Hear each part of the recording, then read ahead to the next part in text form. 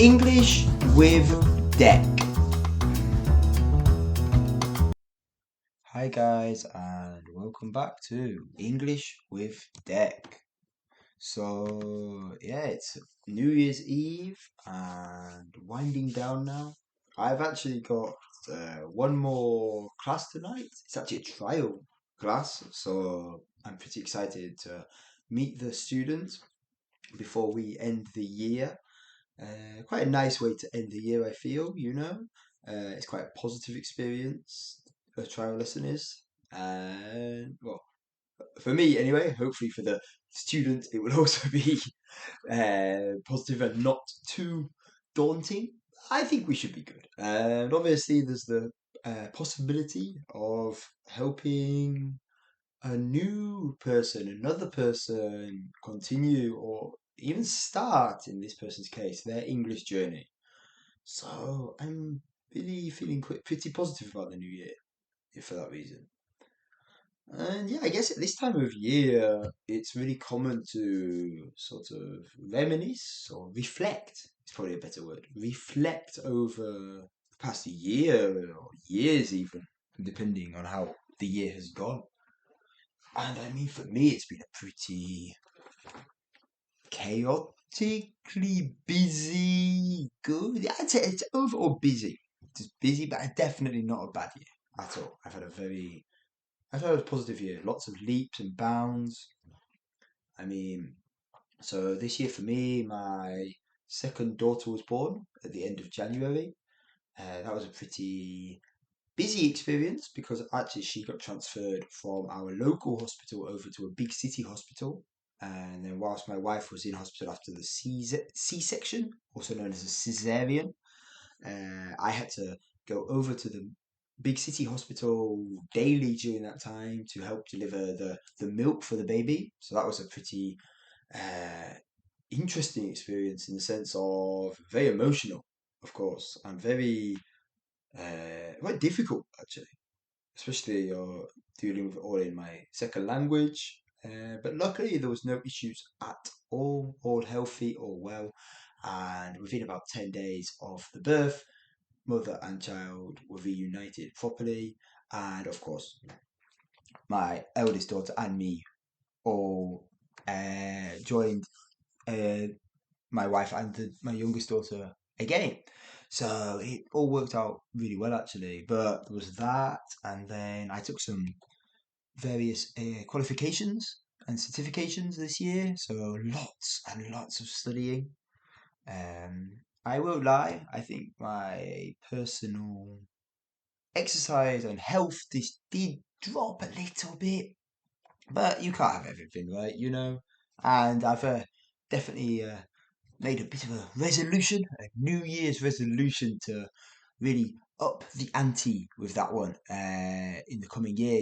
Get back to running, climbing, walk a lot more. Now, since moving to the countryside in Japan, I really don't walk that much. I'm not overly far from the shops, but definitely far enough to make me have to consider, do I want to walk or would it just be easier to take a car? So yeah, I really want to push for a bit more of the exercise in the coming year, as that has dropped off a fair bit from priorities. But again, can't be helped.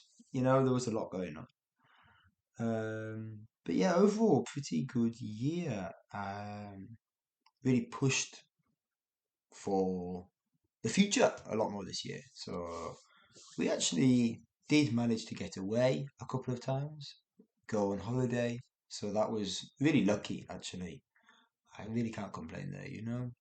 But of course, when you go away, well, in my case anyway, when we go away, I'm not working, so that means a bit of an income drop there. But you need relaxation time. You need time to recharge, reset the batteries, without a doubt. But one thing I have been really thinking about a bit recently, and I thought I should talk about in today's podcast episode for you guys, is like when I first came to Japan, I had, I guess I was a little bit different from the average person who moves to Japan in the sense of I had no real expectations of Japan in the sense of I knew very little about Japan other than the main stereotypical things. I didn't really research Japanese culture overly or Japan as a whole overly. I had learnt bits about the history, the geography, of course, and various events over the in the past, and of like I said, the various very stereotypical things. Outside of the main areas of interest that people I have been to many countries. However, looking back at it, they were all or English speaking, or at least had a very large English speaking background, um, or at least easy enough to travel to as an English speaker, at the very least. Whereas you come to Japan, and that is not the case. And yeah, it was a real culture shock. Over the years, things became more normalized to me. Like I say, I am sorry if you're eating right now, but the toilets still amaze me. The toilets can do so many things. They are just space age, we would say. I had never seen anything like that when I first arrived here. Now they have become normalized, and I see a toilet without all the gizmos, the gadgets. I'm thinking, oh, so Stone Age, prehistoric, analog. So definitely some things like that have changed. But there are still some things that really make me realize I am in Japan. Most of the time I feel, oh, I'm home. I forget that Japan isn't my native country. I think I've become very accustomed to Japanese life, Japanese customs, Japanese culture. But at New Year, things are very different. And I'm not feeling homesick particularly. However, the culture, the traditions really hit home how special things in Japan can be.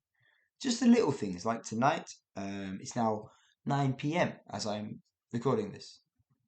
Tonight I will have my trial class actually in 4 minutes. Oh my gosh.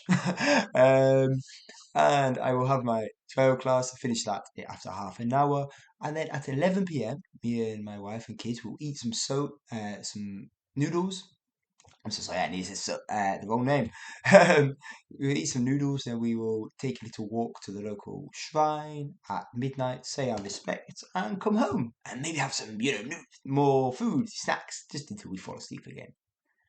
But it's things like that which make me really feel how lucky I am